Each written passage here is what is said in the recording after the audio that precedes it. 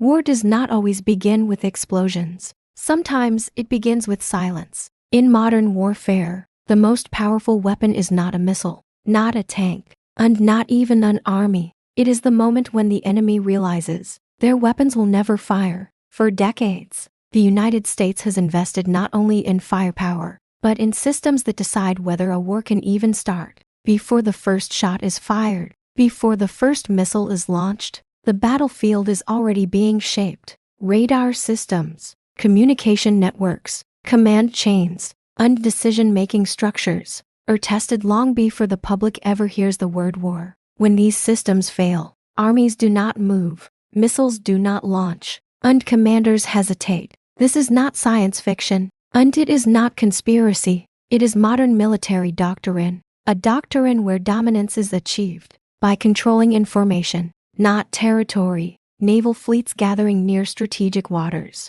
are not always preparing to attack. Sometimes, they are preparing to observe, to watch, to listen, and to quietly test. Every signal sent, every radar pulse detected, every encrypted message transmitted reveals more than most people realize. In this phase, no bombs fall, no cities burn, and yet, the outcome of the conflict is already taking shape. The enemy begins to understand something terrifying. Their defenses respond slower, their systems behave unpredictably, and their confidence starts to erode. Fear does not come from explosions. Fear comes from uncertainty. When leaders cannot trust their own instruments, they cannot trust their own power. At that moment, the war has not officially begun, but psychologically, it is already over. This is how modern empires fight, not to destroy the battlefield, but to control it. And in the next episode, we will examine how cyber warfare and electronic dominance